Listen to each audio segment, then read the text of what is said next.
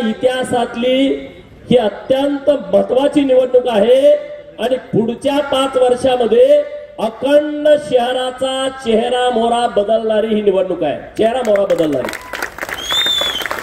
तुम्ही म्हणायचं कारणच नाही अरे आमच्या गल्लीत हे काम झालं नाही, आमच्या गल्लीत ते काम झालं नाही. मी जबाबदारीने बोलतोय कारण 29ला मला परत तुमच्याकडे यायचं आहे. आता गणवून काय कुठं जाऊ शकत नाही.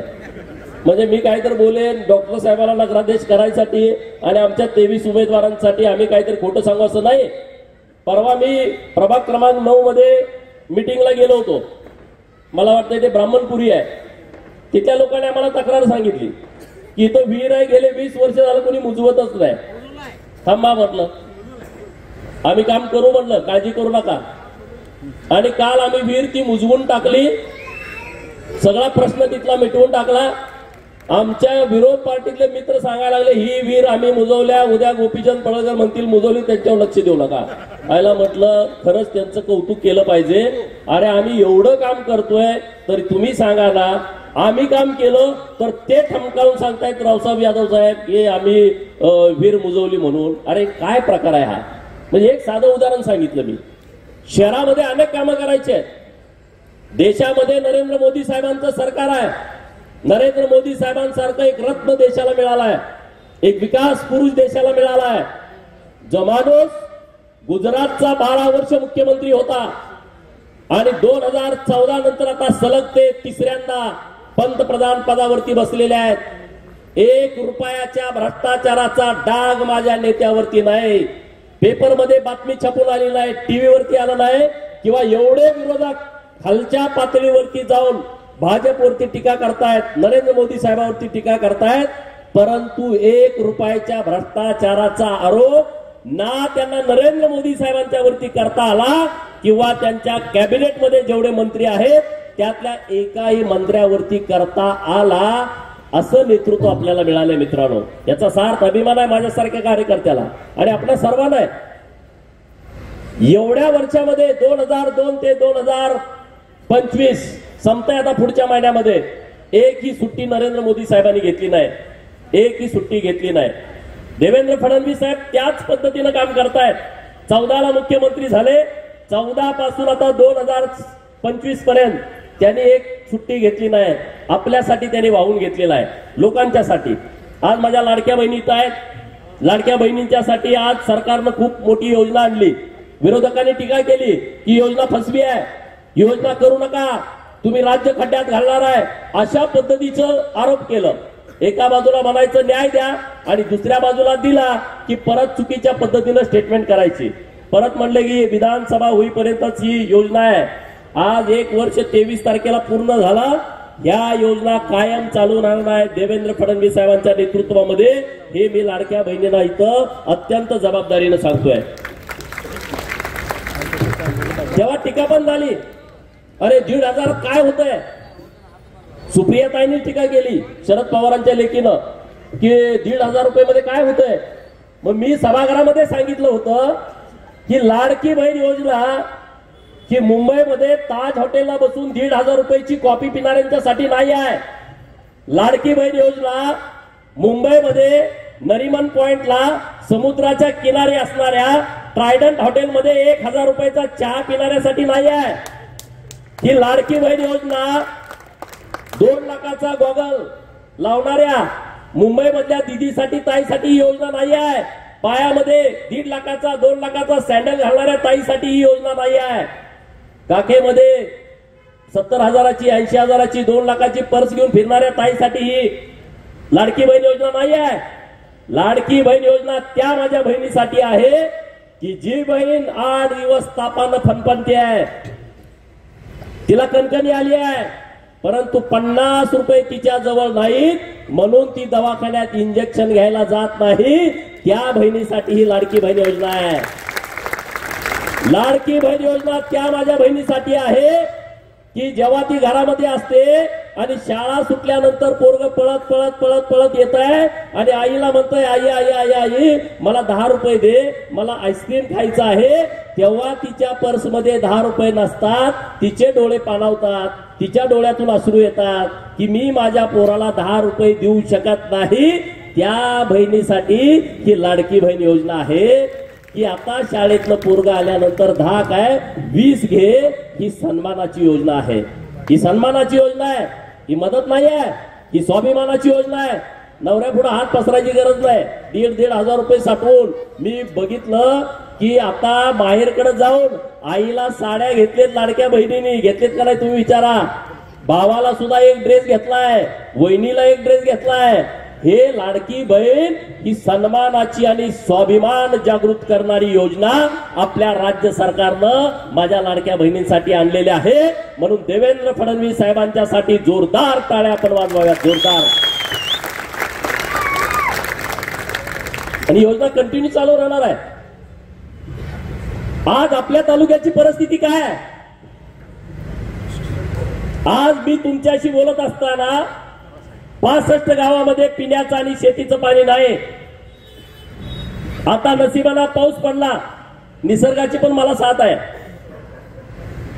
बघा एवढा पाऊस पडला, टँकरची गरजच भासली नाही. उलट आम्हाला सरकारकडे विनंती करावी लागली, अरे ओला दुष्काळ जाहीर करा. एवढा पाऊस जतला पडलाय, एवढा पाऊस पडलाय जतला.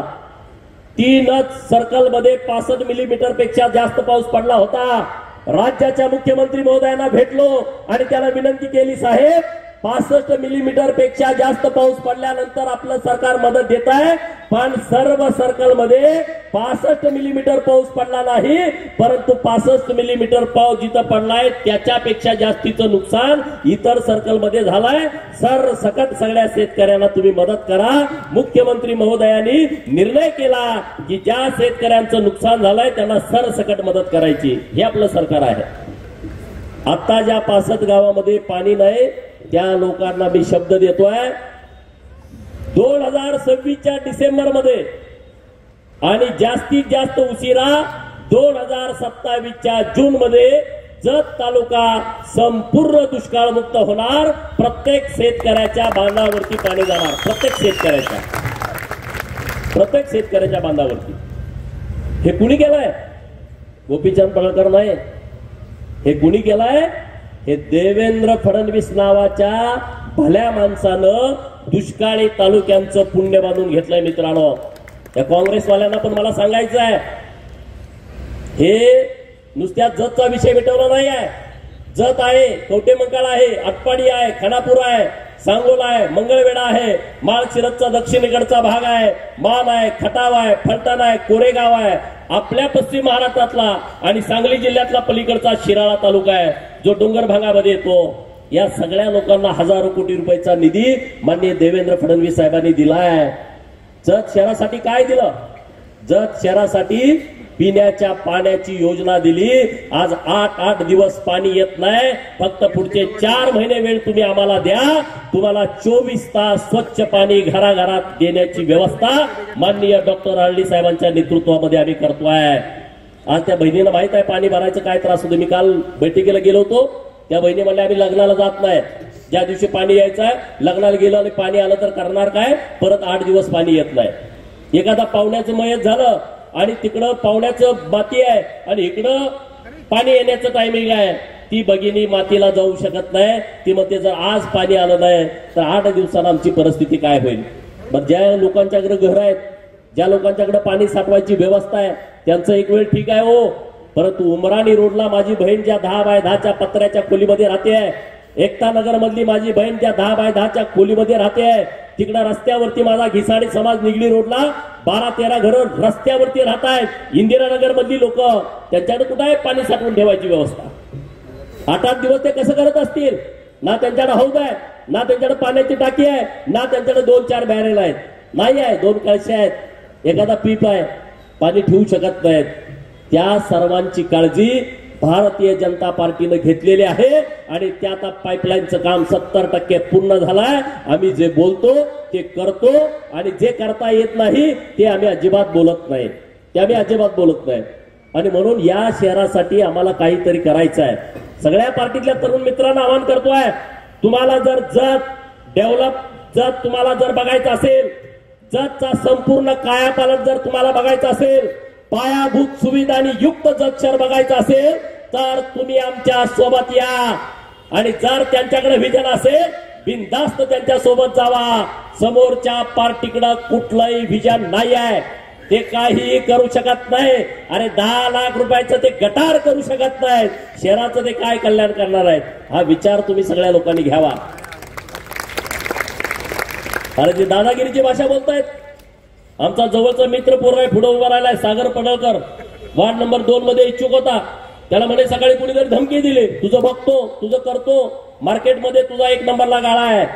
अरे मार्केट कमिटीच्या जोरावरती दादागिरी करणाऱ्यांना मला सांगायचं आहे, 2 तारखेनंतर 15 दिवसाच्या आतमध्ये तुमचं दुकान बंद करतोय आणि जतची मार्केट कमिटी वेगळी करतोय. आम्हाला धमक्या द्यायच्या भानगडीत जाऊ नका कुणी. हे जतची मार्केट कमिटीमध्ये जो भ्रष्टाचार सुरू आहे ना, अरे त्याची फाईल आता पूर्ण पुटअप झालेली आहे. पनम मंडळाची फक्त बैठक बाकी आहे. मंत्री महोदयाला वेळ नव्हता म्हणून तुम्ही वाचलाय, नाहीतर आचारसंहितेच्या पूर्वीच इथं प्रशासक येत होता. पण मी आज तुम्हाला जाहीर शब्द देतो, 8 तारखेला अधिवेशन चालू होतंय नागपूरला. मी अधिवेशनामध्ये आहे, मला दुसरं काम काय नाही. सगळ्या फायला फिरवून घेतो, मीटिंग घेतो आणि तुमचा बाजार उठवतो. तुम्ही धमक्या देता का लोकांना? तिथं चांगला प्रशासक आणतो आणि तुम्हाला मी विश्वास देतो की जतची मार्केट कमिटी नंबर 1 पश्चिम महाराष्ट्रामध्ये पुढच्या 5 वर्षामध्ये असणार आहे. नंबर 1. अरे कर्नाटक बॉर्डरवरचं आपलं गाव आहे. पहिला मार्केट कमिटी कसली असली पाहिजे? कोंबडी कापून खायचे धंदे करता, अंडी खायचं सोडून, हा? आणि तुम्ही आम्हाला तत्व शिकवता. ही मार्केट कमिटी प्रशासक बसल्याच्या नंतर आमचं एक स्वप्न आहे, या जत मध्ये घोडे बाजार आम्हाला भरवायचा आहे. महाराष्ट्रामध्ये जे नामांकित घोड्यांचे बाजार होतात ना, सारंगखेड्याला, इंदापूरला, हे जे माळशिरसला, अकलूजला, जो तिकडं खंडोबाची यात्रा भरते, तिथं जो घोड्याचा मोठा बाजार भरतो, मी तुम्हाला शब्द देतो, मी मागच घोड्यांच्या व्यापाऱ्यांची आमच्या मित्रमंडळींना बोलायला लावलं होतं आणि त्यांना तयार पण केलं होतं. पण निर्णय व्हायला उशीर झाला. आता निर्णय झाल्याच्या नंतर पुढचा घोडे बाजार हा आपल्या जत मध्ये भरवला जाईल. जत मध्ये भरायची व्यवस्था करतो. सगळ्यांना बघू द्या जत कसं आहे आणि त्यांना चांगल्या सुविधा आम्ही देतो, चांगल्या सुविधा देतो. आता आम्ही आज तुम्हाला बोलवलंय कशासाठी? आम्हाला एक प्रेझेंटेशन द्यायचं आहे. आम्ही काही मुद्दे यामध्ये घेतलेत, सगळे मुद्दे आम्हाला घेता आले नाहीत वेळेच्या अभावी. यामध्ये स्मशानभूमी जी सातारा रोडची आहे त्यामध्ये आम्हाला दाखवता आली नाही, पण त्याचं डेव्हलपमेंट आम्ही करणार आहोत.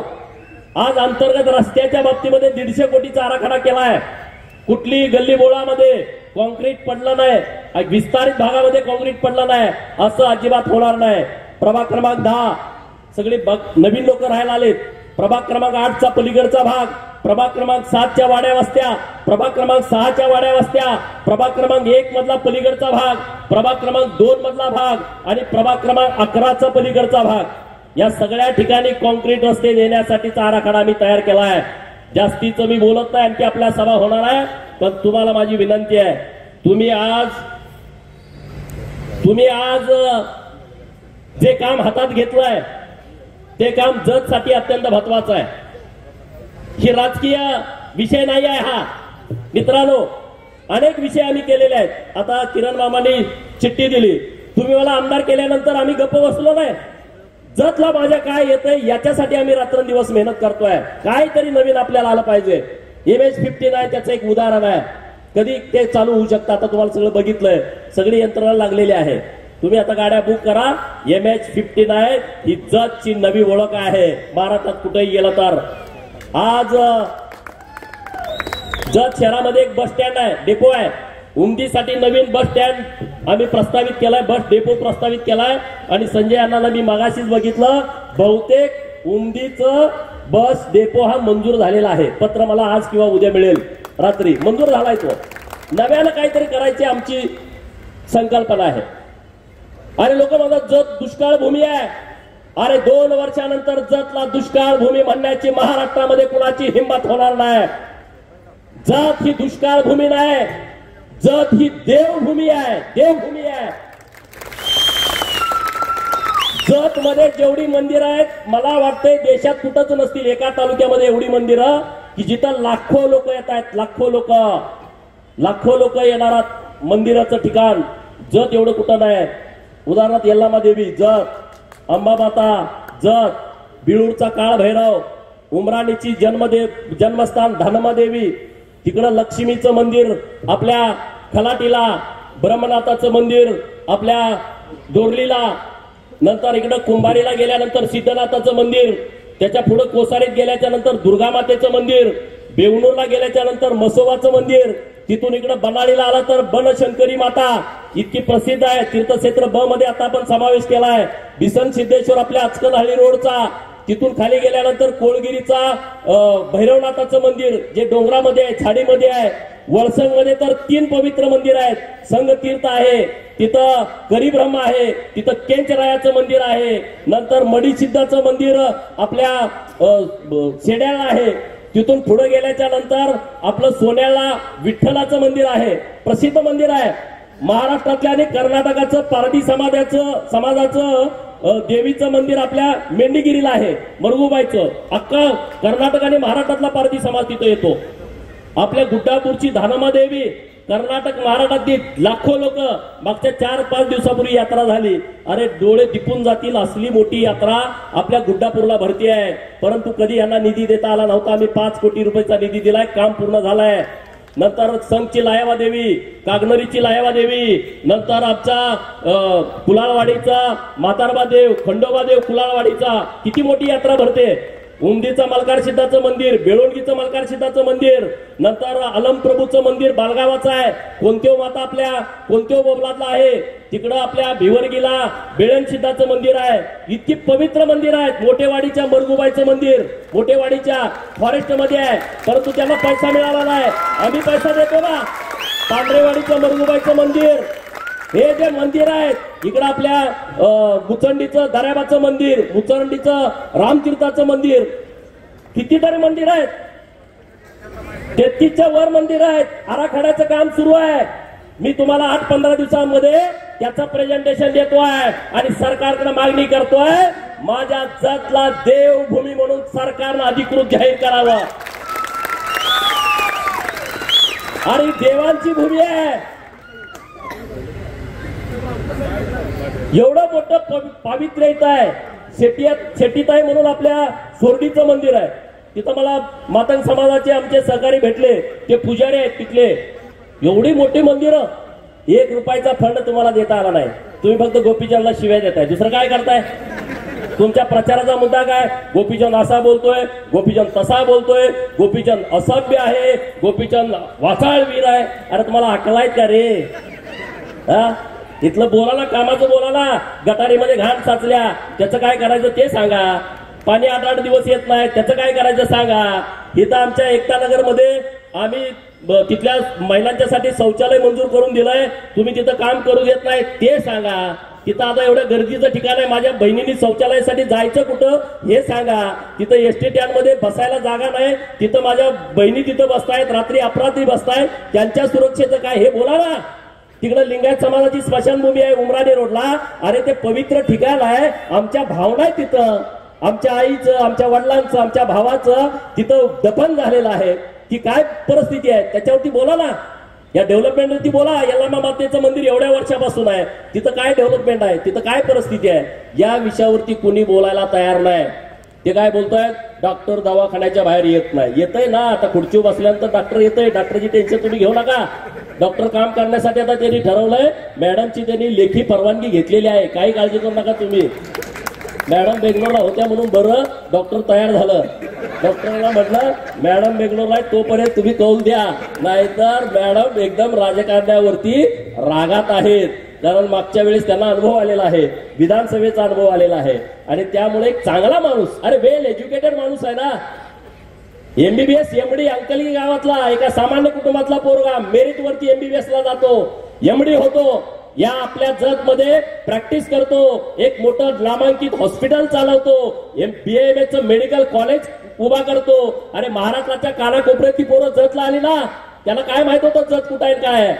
आज ती मुलं इथं शिकायला येत आहेत, नर्सिंगचं कॉलेज आहे. आज ते राजकारणामध्ये तुम्ही सगळ्यांनी त्या खुर्चीमध्ये बसवलं ना, 1 नंबरचं काम ते आणि आमचे सगळे सहकारी करणार आहेत. सगळे सहकारी काही चिंता करू नका. आणि 23च्या 23 उमेदवार निवडून येणार आहेत. आज 27 तारीख आहे. 28, 29, 30 आणि 1 4 दिवस आमच्याकडे बाकी आहेत. विरोधकांना माझं सांगणं आहे, तुम्हाला काय करायचं ते करा. आमचे 23च्या 23 उमेदवार या शहरातली जनता निवडून आणणार आहे, त्यांना माहित आहे. बरोबर की नाही? बरोबर ना? कमी जास्त मोठं बोलायला लागलं नाही ना? नाही म्हणणार तूच बोलायला लागला, तूच एकट्याचं मतदान कर, असं नाही. मायबाप जनतेच्या पाठिंब्यावरती आम्ही. देवाभाऊंचा योगायोगानं फोन आला होता. डॉक्टर साहेबांच्या विषयी त्यांनी कसं भाष्य केलं बघा. अरे आपला माणूस माननीय मुख्यमंत्री महोदयांच्या जवळचा माणूस आहे. असा माणूस तुम्ही निवडून द्या ना. मला 50 कोटी दिले तर त्यांना 50 कोटी, मी त्यांनाही परत पाठवतो साहेबांच्याकडे. यांना डॉक्टरना द्या की राहो. निधी आणायला माझा हात कुणी धरू नका. सगळ्या मंत्र्यांना विचारा. मी 10 वेळा त्यांच्या ऑफिसला जातो आणि माझ्या जजसाठी काहीतरी द्या असं त्यांना विनंती करतो, हात पाय धरतो त्यांचे. आता ही आपली गंधर्व नदी आहे. नदी आहे का ओढा आहे का नाला आहे कळतंय का हो? काल मी तिथं प्रभाग 4ची मीटिंग घ्यायला गेल्यानंतर भगिनी भेटल्या. कोण आहेत का इथं? त्या नाल्याच्या बाजूला राहतात. घाण वास मारतय. काय परिस्थिती आहे? कसं राहत असतील? डास, मच्छर, वास. द्या आमचा नगराध्यक्ष निवडून. ही सगळी नदी ह्याचं सुशोभीकरण तुम्हाला 2 वर्षाच्या आतमध्ये मी करून देतो. सुशोभीकरण पूर्ण. पर्यावरण मंत्री पंकजाताईंच्याकडून निधी आणता येतो त्या विषयाला आणि आम्ही त्याच्या पद्धतीची मागणी केलेली आहे. सांगायचं काय काय इतकं विषय आम्ही केलेले आहे. आता मी जास्तीचं बोलत नाही. आम्ही एक प्रेझेंटेशन तयार केलंय. या शहरामध्ये डॉक्टर अरडी साहेब आणि आमचे 23 नगरसेवक निवडून आल्याच्या नंतर आम्ही काय करणार आहोत ही एक झलक आहे. एआयच्या माध्यमातून आम्ही तयार केलंय. काय काय बिल्डिंग तुम्हाला वेगळ्या दिसतील, परंतु काय आमची संकल्पना आहे. नाही तुम्ही परत विरोधक म्हणाल ही बिल्डिंग 10 मजली कुठे आली जतमध्ये. त्यांना काय ते परत बारीक बघत असणार. हे काय ते काय हे काय. आमचा हेतू समजावून घ्या की 2 विषय आम्ही इथं मांडणी करतोय. नगराध्यक्ष डॉक्टर अरडी साहेब झाल्याच्या नंतर या शहरामध्ये आम्हाला बदल अपेक्षित काय आहे आणि पुढच्या 5 वर्षामध्ये आम्ही शहरात काय करणार आहोत. हे काही मुद्दे घेतलेत. सगळ्या वार्डातले मुद्दे आले नसतील, रागाला येऊ नका. पण आमच्या वार्डातलं काय आलं नाही तुम्हाला धावतो असं काही करू नका. म्हणजे हे आम्ही फक्त उदाहरण म्हणून तुमच्या समोर आणलंय. प्रत्येक वार्डाला समान न्याय देण्याची आमची भूमिका आहे आणि त्यामुळं तशा पद्धतीचं प्रेझेंटेशन आहे. आणि प्राणी संग्रहालय जे आपलं मंजूर झालंय ते प्रेझेंटेशन अर्ध्या तासात आहे. सर्वांनी ते प्रेझेंटेशन बघावं, सर्व लोकांना सांगावं. आवडलं तर आम्हाला नक्की पाठबळ द्या. त्यामध्ये काही चूक असेल तर आम्ही माफी मागतो. तुम्ही आम्हाला तुमचा सल्ला द्या. त्या सल्ल्याचा परत समावेश करून आम्ही पुढे जाऊ. एवढं या निमित्तानं बोलतो. इतक्या संख्येनं तुम्ही आलाय त्याबद्दल आभार. व्यासपीठावरच्या सगळ्या मंडळींना विनंती आहे त्या बाजूला आपल्याला खुर्च्या ठेवायची व्यवस्था आपण करतोय तिथं.